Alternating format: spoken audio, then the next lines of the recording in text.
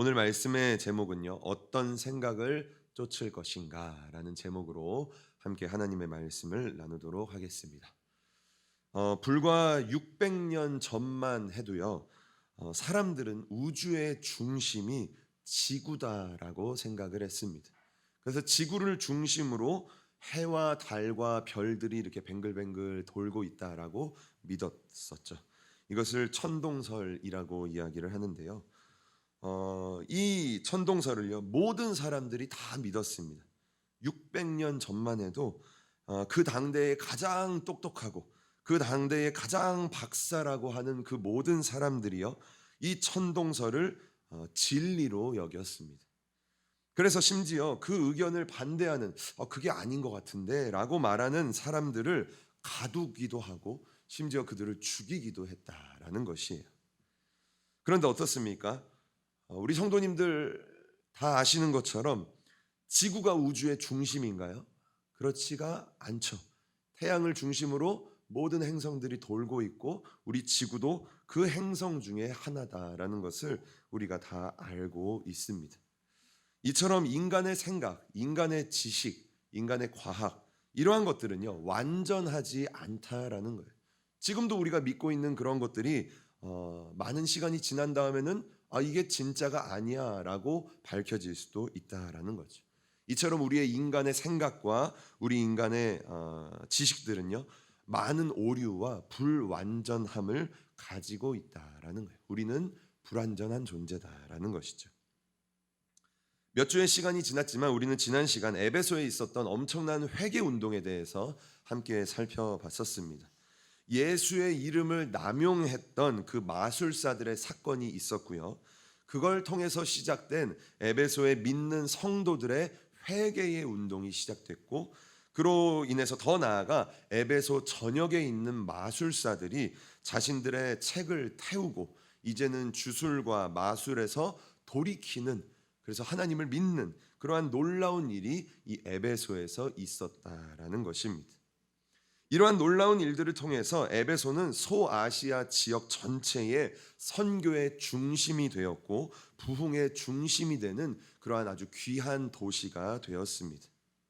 오늘 말씀은요, 사도 바울이 에베소에서 떠나게 되는 발단이자 에베소에 있었던 한 차례의 폭동에 대한 이야기를 우리가 함께 살펴보려고 합니다. 과연 에베소에 어떠한 일이 있었을까 함께 살펴보겠습니다. 첫 번째 내용은요, 아데미 여신은 위대하다라는 내용입니다. 말씀을 보기 전에 약간의 배경 설명이 조금 필요한데요. 이 당시에 유럽과 아시아는 로마의 지배를 받는 그러한 상황 가운데 있었습니다. 그리고 로마는요, 어떤 신을 믿었습니까? 다신교를 믿었어요. 그래서 많은 우상들을 섬겼다라는 거죠. 그리고 특별히 에베소를 중심으로 한 이 소아시아 지역 일대에는요, 아르테미스라는 여신이 인기가 아주 많았습니다. 이 여신이 바로 아데미, 오늘 본문에 나오는 아데미 여신의 모습입니다. 이 아데미 여신은요, 건강과 풍요를 주는 그러한 여신이었어요. 그리고 가정의 수호신이 되는 그러한 여신이었습니다. 에베소에는요, 이 아데미 여신을 위한 엄청난 신전이 하나가 있었습니다. 굉장히 유명한 신전인데 이렇게 보시는 것처럼 이 신전이 바로 아데미 신전이라는 겁니다. 보기에도 굉장히 웅장하고 아주 멋있는 모습을 가지고 있죠. 이 아데미 신전은요, 고대 세계의 7대 불가사의, 이거는 사람의 손으로 지은 게 아니야 라고 말할 정도로 7대 불가사의 중에 하나일 정도로 엄청났습니다. 먼저 그 크기가 엄청났는데요, 여기 앞에 있는 초등학교 운동장 대충 생각할 수 있죠. 그 운동장의 2배가 넘는 넓이의 그러한 신전이 있었고, 높이는 약 20m, 지금 건물로 치면 약 5층 이상의 그러한 높이입니다. 그러니까 우리 건물보다 더 높은 건물이 이 아데미 신전이다라는 거예요. 요즘 시대야 5층, 요거 2개 정도 중장비로 금방 짓지만, 이 시대가 어느 시대냐면요, 무려 2000년 이전의 시대예요. 뭐 아무것도 없는 그냥 사람의 손으로만 만들어야 되는 그러한 신전이다라는 거죠. 그런데 이렇게 어마어마한 신전을 지었으니 사람들이 그 신전을 볼 때마다 와, 이건 불가사의다라고 생각을 했던 거죠. 그런데 이 어마어마한 신전이 어디에 있었습니까? 에베소에 있었다라는 것이에요. 신전이 이렇게 엄청나니까요, 당연히 그에 따르는 관광객 또한 이 여신을 믿는 순례객들이 끊임없이 이 에베소를 찾았고, 그에 관련해서 음식과 숙박과 기념품, 오늘 특별히 오늘 사건의 중심인 신전 모형 또는 아데미의 우상을 사가는 사람들이 굉장히 많았습니다.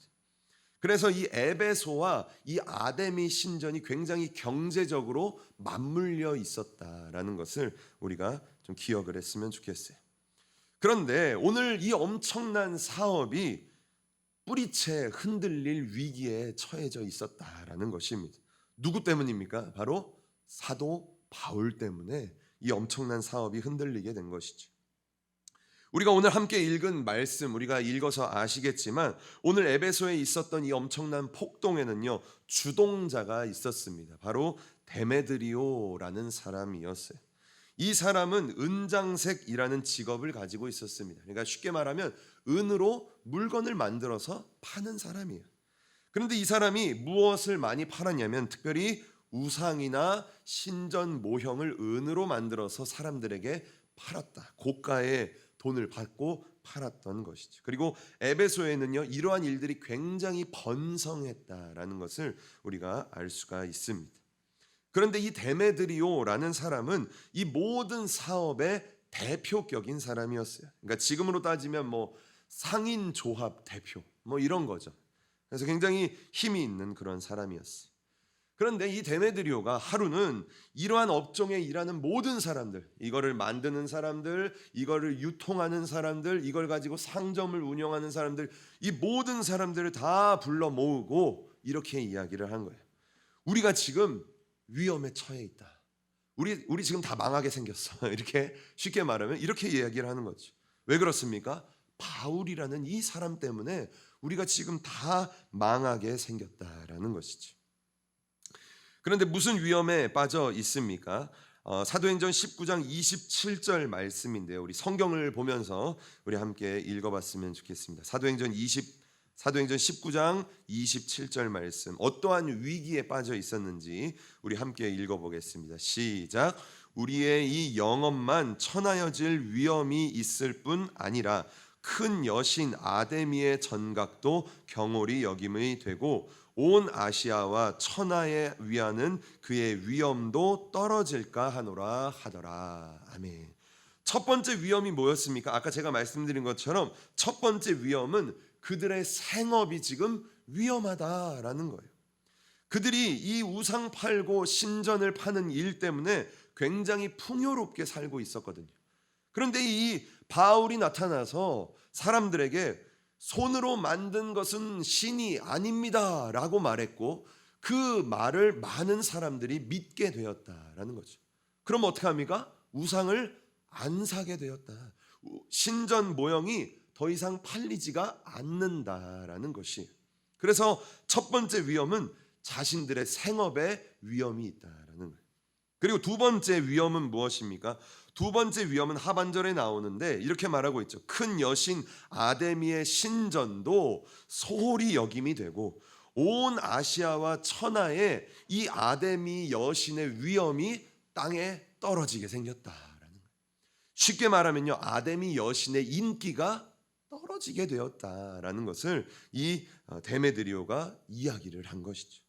이렇게 장황하게 그 많은 사람들을 모아놓고 얘기를 하는데요, 그 모여있는 군중들의 마음 가운데 갑자기 분노가 치밀어 오르기 시작합니다. 알 수 없는 막 화가 나기 시작하는 거예요. 와, 죽여야겠다. 막 이런 분노가 생기면서 그 모여있는 사람들이 한순간에 폭동이 된 것입니다. 분노에 쌓인 사람은요, 아데미 여신은 위대하다라고 외치기 시작했어요. 그러면서 도시로 뛰쳐나가기 시작합니다. 그리고 온 도시를 돌아다니면서 온 도시를 혼란스럽게 만들었다라는 거죠. 그러다가 우연히 바울의 제자 2명을 붙잡아서 그들을 연극장으로 막 무작위로 끌고 가게 됩니다. 굉장히 위험한 상황 가운데 처해 있는 것이죠. 바울도 그 소식을 들었어요. 왜냐면 뭐 에베소 그 큰 도시가 막 혼란에 빠질 정도였으니까 바울도 그 소식을 들었어요. 그리고 극장을 가려 했지만 동료들과 제자의 만류에 못 이겨 바울은 그곳에 가지 못하게 됩니다. 이 엄청난 폭동이 어떻게 끝이 났을까요? 그때에 그 군중들이 그 연극장에 모여서 그 연극장 엄청 큰 2만 5천 명을 수용할 수 있는 어마어마한 그러한 연극장이거든요. 거기서 많은 사람들이 아데미 여신은 위대하다, 아데미 여신은 위대하다 막 이렇게 외치고 있는데 그때에 에베소의 한 서기장이라는 사람이 등장을 하게 됩니다. 서기장은요, 지금으로 따지면 고위 공무원, 그 아데미의 그 에베소에 있는 그러한 업무를 다 이제 총괄하는 그러한 사람이다라고 생각할 수 있어요. 나중에 살펴보겠지만 이 서기장이 몇 마디 그 군중들에게 몇 마디를 하게 됩니다. 우리가 읽어보지 않았지만 나중에 한번 살펴볼 거예요. 그런데 황당하게도 이 엄청난 폭동이요, 서기장의 몇 마디 말에 이렇게 잠잠하게 돼요. 그리고 끝이 나게 됩니다. 해산을 하게 되었다라는 것이죠. 과연 어떠한 말을 했길래 이 엄청난 폭동이 잠잠해졌을까요? 이렇게 오늘 이제 본문의 사건은 끝이 나게 됩니다. 그리고 이 한 번의 폭동 때문에 사도 바울은 이제 이 에베소에서 떠나게 되는 그러한 일을 경험하게 되는데요.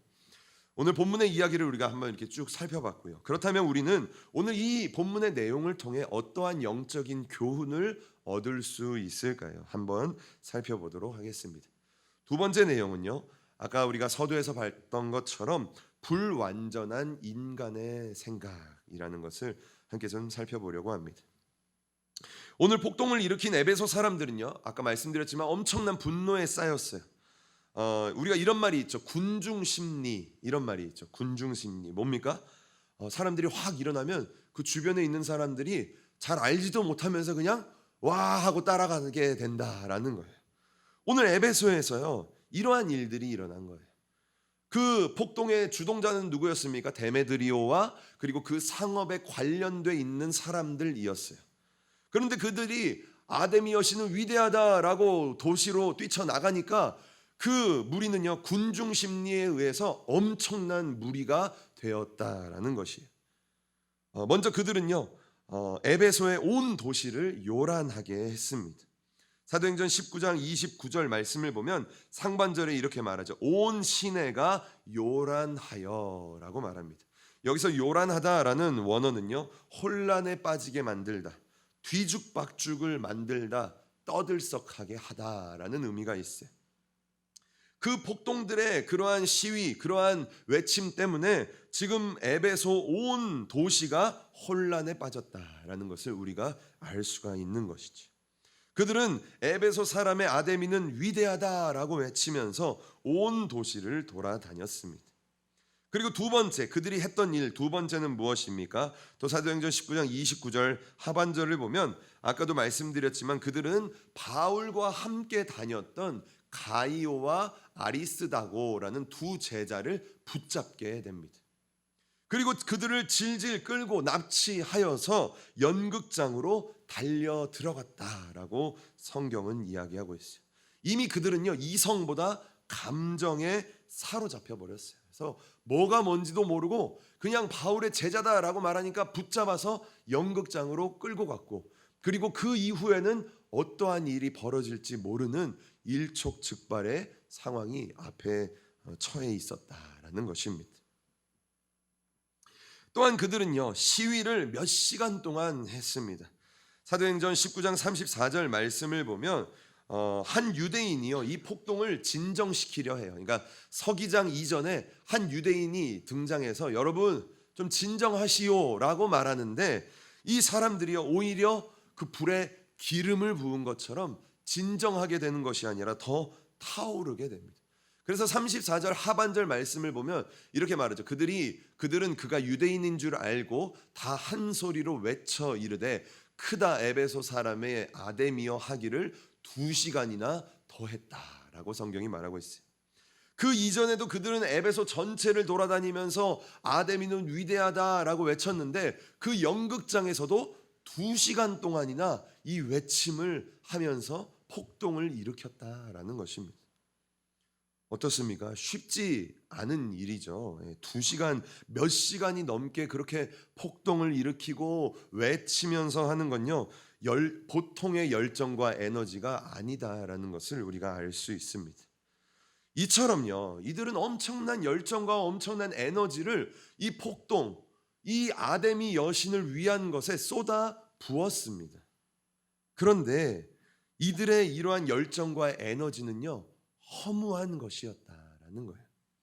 그들은 이게 맞다라고 생각했어요. 그들은 분노에 휩싸였어요. 그들은 이게 옳다라고 생각해서 그렇게 폭동을 일으켰어요. 그런데 성경 하반절 말씀을 보면요, 이 폭동이 얼마나 허무한 일인가를 보여주고 있습니다. 먼저 성경을 보면요, 그 많은 군중들은요, 자신들이 왜 모여 있는지도 몰랐다라고 이야기하고 있어요. 너무나 어리석죠. 사도행전 19장 32절 말씀 우리 함께 읽어보겠습니다. 시작. 사람들이 외쳐 어떤 이는 이런 말을 어떤 이는 저런 말을 하니 모인 무리가 분란하여 태반이나 어찌하여 모였는지 알지 못하더라.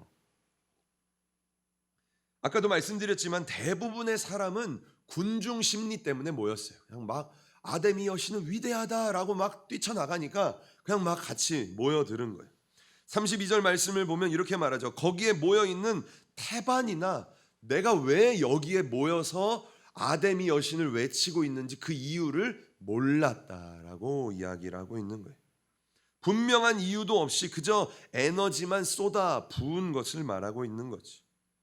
또한 그들의 폭동은요, 너무 허무하게 해산이 되었습니다. 온 도시를 휘저으면서 엄청난 일을 할 것처럼 보였지만 아까 말씀드린 것처럼 그들은 서기장의 몇 마디 말에 그냥 해산하게 돼요. 뭐 집에 가자라고 가게 됩니다. 서기장이 그들에게 뭐라고 말했냐면요, 여러분들이 잡아온 이 두 사람에게는 특별한 죄가 없다라는 것을 말했어요. 그들은 우상을 훔친 것도 아니고 여신을 모욕한 것도 아니다. 여러분 지금 경솔하게 행동할 것이 아니다라고 말해요. 그러면서 또한 그들에게 여러분들이 지금 모여있는 이 불법 집회 때문에 여러분들은 잡혀갈 수도 있습니다 라고 말했어요. 사람들은요 불같이 화가 났는데 이 서기장의 몇 마디 말에 그냥 찬물을 샥 끼얹은 것처럼 한마디 말도 하지 못하고 허무하게 흩어져 버렸다라는 것입니다.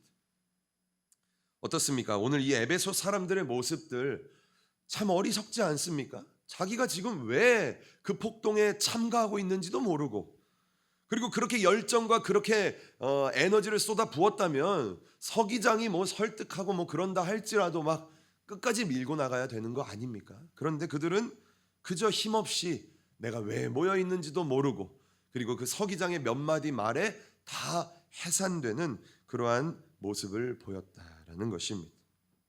저는 오늘 이들의 모습을 보면서 참 바보 같다라는 그러한 생각이 들었어요. 그저 감정에 사로잡혀서 폭동을 일으키고 그러한 위험한 일들을 행하는 것 너무나 어리석다라는 생각을 했습니다. 그런데 또 한편으로 든 생각은요, 우리 인간이라는 존재가 또 그런 것 같다라는 생각이 또 들었어요. 나에게도 이러한 모습이 때로 있을 수도 있다라는 생각이 들었던 것이죠. 별거 아닌 일에 고집을 부리고 감정을 낭비하고 또 나중에 돌아서면 이거 참 별거 아니었는데 라는 그러한 생각, 내가 괜히 열 올리고 내가 괜히 그냥 말싸움하고 그랬나 라는 생각이 들 때가 너무나도 많다라는 거죠. 심지어는요, 내가 고집하고 내가 주장했던 그 생각이요, 나중에 돌아서 보면 틀릴 때도 있다라는 것입니다. 저희 어린 아이들 이제 자녀들을 키우지 않습니까? 첫째와 둘째가 좀 자주 요즘에 이렇게 투닥투닥 하는데요. 그 아이들을 보면요, 그냥 내 생각이 맞다라는 거예요. 뭐 이유 없어요. 뭐 말은 하지만 근거가 없어요. 그냥 내 생각이 맞아. 고집 부리는 거예요. 내가 맞고 넌 틀렸어라는 거예요. 그런데 그 어린 아이의 모습이요, 우리 안에도 있다. 우리 안에도 이러한 편협한 생각, 나는 맞다고 고집을 부리지만 결국 돌아서면 틀린 그러한 생각들이 우리 안에도 있다라는 것입니다. 그것이 우리의 불완전한 인간의 생각이다. 나는 맞아, 나는 옳아라고 생각하지만 나의 생각은 틀린 거다, 불완전하다라는 것을 우리가 볼 수가 있는 것이지. 자, 그렇다면요, 우리가 우리의 생각이 이처럼 불완전하다면 우리는 이 땅을 살면서 어떠한 생각을 가지고 살아야 될까요? 마지막 세 번째는요, 바로 하나님의 생각을 붙잡아야 된다라는 것입니다. 그렇습니다. 우리가 생각하고 우리가 판단하는 거, 우리가 결정하는 거에는요, 불완전함이 있다라는 거예요. 내가 생각하는 게 맞을 때도 있지만 많은 경우 내가 고집하고 내가 맞다라고 생각하는 게 틀릴 때도 있다라는 것이, 그래서 우리는 그 틀린 생각 때문에 실수를 하기도 하고 실패를 경험하기도 하고 때로는 죄를 짓기도 한다라는 것이죠. 그러기에 우리는 이 땅을 살면서 우리의 생각이 아니라 하나님의 생각을 붙들면서 살아야 된다라는 것입니다. 이것은요, 단순히 신앙적인 그러한 모습뿐만 아니라 우리의 삶의 전체, 내가 결정하고 판단하는 모든 것에 있어서 우리는 하나님의 생각을 붙잡아야 된다라는 거예요. 내가 이 직장을 가냐 저 직장을 가냐, 내가 직장을 그만두냐 안 그만두냐, 내 삶 가운데 자녀를 이렇게 양육하냐 저렇게 양육하냐, 또 이 외에도 수많은 우리가 생각하고 결정해야 될 모든 부분에 있어서 우리는 내 생각이 아니라 하나님의 생각을 붙잡아야 된다라는 거지. 하나님의 생각에 우리는 순종해야 되고 하나님의 생각에 우리는 복종해야 된다라는 것입니다. 그러기 위해서는요, 우리가 먼저 첫 번째 생각해야 될 것이 있습니다. 그것은 우리의 생각과 하나님의 생각이 다르다라는 것을 인정해야 되는 거예요. 내가 지금 생각하는 것과 하나님의 생각이 다르다라는 걸 먼저 인정해야 된다라는 거죠. 우리가 잘 알고 있는 이사야 55장 8절에서 9절까지의 말씀인데요, 우리 함께 한 목소리로 읽어보겠습니다. 시작. 여호와의 말씀에 내 생각은 너희 생각과 다르며 내 길은 너희 길과 달라서 하늘이 땅보다 높음같이 내 길은 너희 길보다 높으며 내 생각은 너희 생각보다 높으니라. 아멘. 하나님은 성경을 통해 우리에게 말하고 계시는 거예요. 나의 생각과 하나님의 생각이 다르다라고 말씀하고 계시. 그것은 마치 하늘과 땅의 차이처럼 다르다라고 성경은 분명하게 말하고 있습니다. 우리는 먼저 이것을 인정해야 된다라는 거예요. 내 생각과 하나님의 생각은 다릅니다. 우리 성도님들 한번 따라해 볼까요? 제가 먼저 선창하겠습니다. 내 생각과 하나님의 생각은 다릅니다. 한 번 더. 내 생각과 하나님의 생각은 다릅니다. 그렇습니다. 우리 성도님들은요, 우리 성도님들의 가정에 대해서 어떻게 생각하고 계십니까? 우리 성도님들의 자녀에 대해서 어떻게 생각하고 계세요? 우리 성도님들이 다니는 이 행복한 교회에 대해서 어떻게 생각하고 계십니까? 그런데 그 생각은요, 하나님의 생각과 다르다라는 거예요. 우리는요, 나의 생각의 불완전함을 인정해야 되는 거예요. 내가 맞다, 내가 옳아, 내가 생각하는 것이 틀림없어 라는 것이 틀리다는 것을 먼저 인정해야 되는 거예요. 그래야 그때야 비로소 하나님의 생각을 우리가 받아들일 수가 있는 것이죠. 나의 생각과 판단과 결정의 불완전함을 인정하지 않으면, 맞아, 내가 연약해, 내가 부족해, 내 생각과 판단은 불완전해, 이것을 인정하지 않으면 우리는 하나님의 생각에 복종할 수 없다라는 것입니다. 두 번째로는요, 로마서 8장 6절, 우리가 잘 알고 있는 말씀이죠. 우리 함께 읽어보겠습니다. 시작. 육신의 생각은 사망이요 영의 생각은 생명과 평안이니라. 아멘. 여기서 말하는 육신의 생각은 무엇일까요?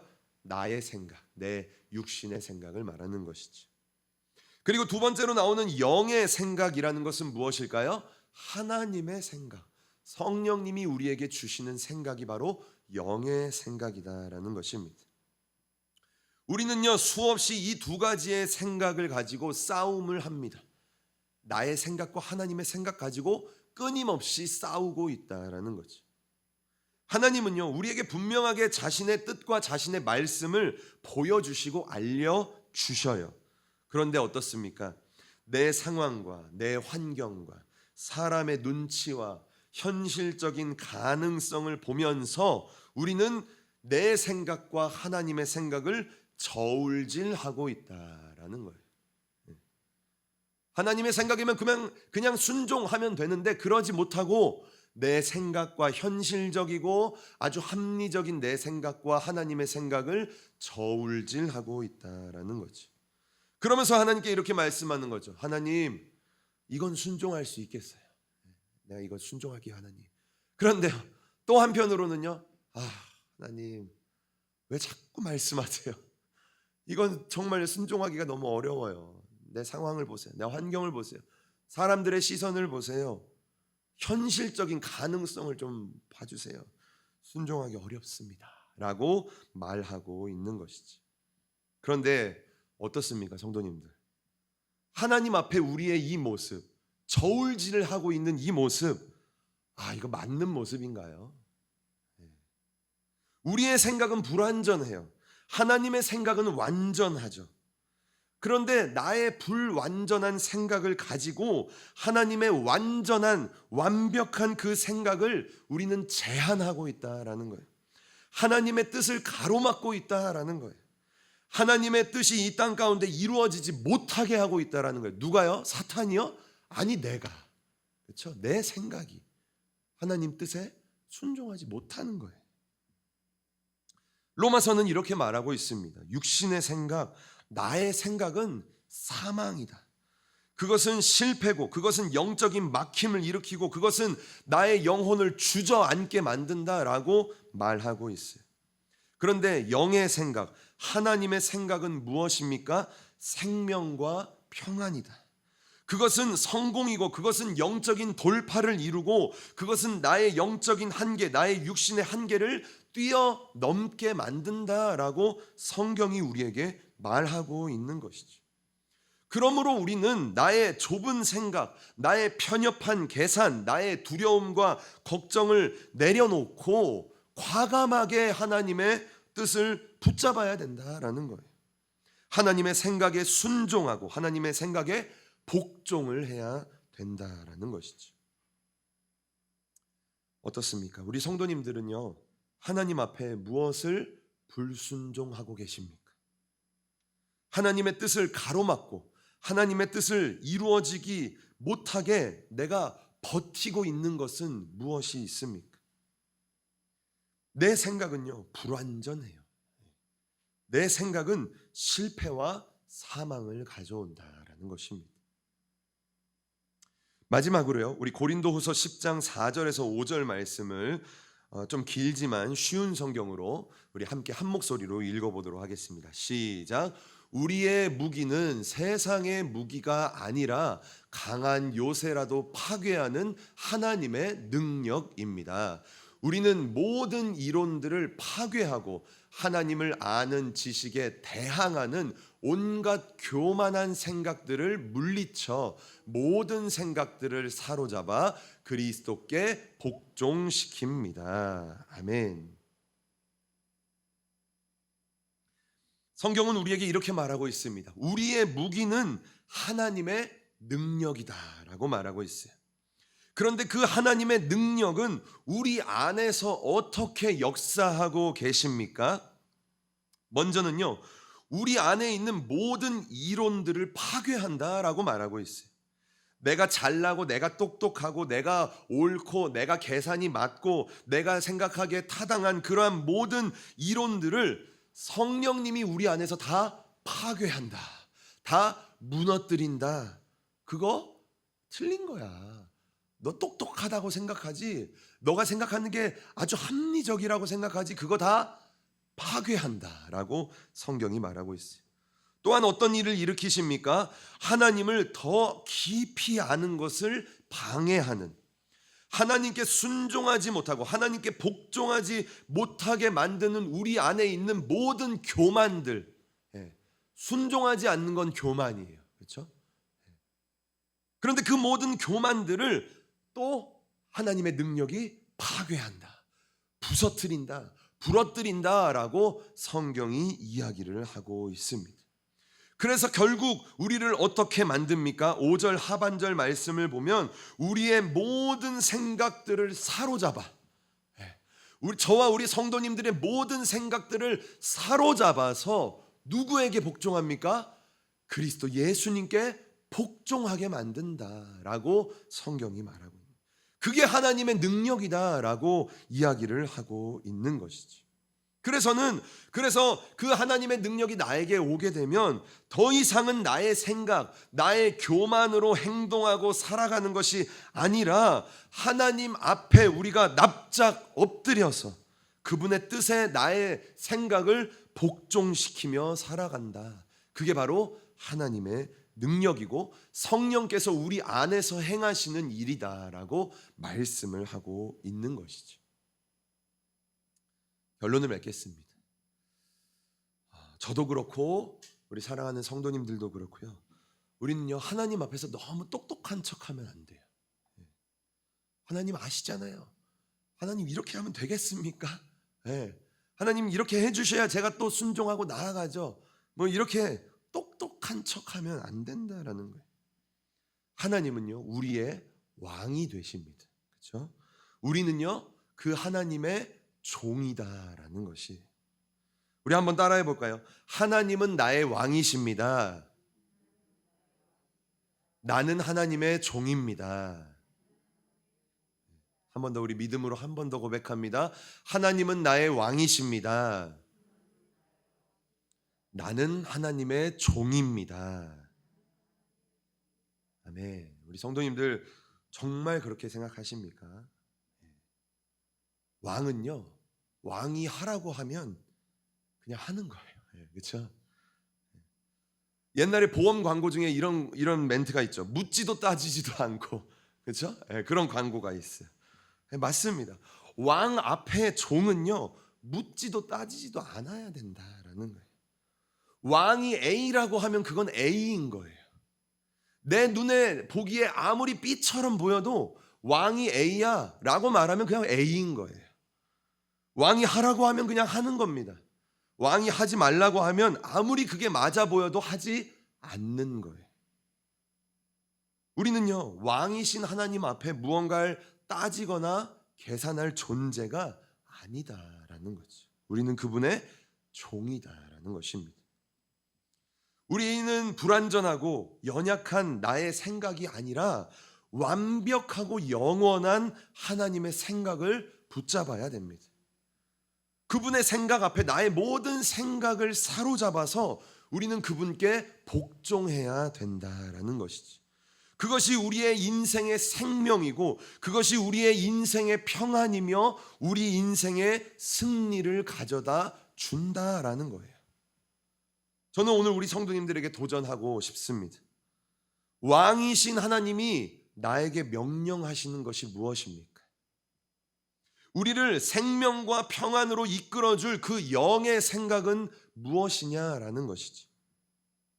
내가 아직도 하나님 앞에 불순종하고 있고 하나님의 뜻을 가로막고 있는 그 모습, 그 하나님의 음성은 무엇이냐라는 거예요. 오늘 우리는요, 하나님의 뜻에 복종하기를 원합니다. 하나님은 우리의 왕이시고요, 우리는 하나님의 그저 종밖에 되지 않는다라는 거예요. 우리는 그저 하나님이 말씀하시면 아멘으로 순종하고 나아가야 될 존재다라는 것이. 그리고 그 뜻을 순종하며 나아갈 때에 우리에게는 생명과 평안이 찾아오게 된다라는 거예요. 저와 우리 성도님들이 오늘 이 어리석은 에베소 사람들처럼 허무하고 불완전한 아무것도 아닌 그런 인간의 생각, 나의 생각을 쫓는 것이 아니라 왕이신 우리 하나님의 뜻에 나의 모든 생각을 복종하며 나아갈 수 있게 되기를 주님의 이름으로 간절히 축복합니다.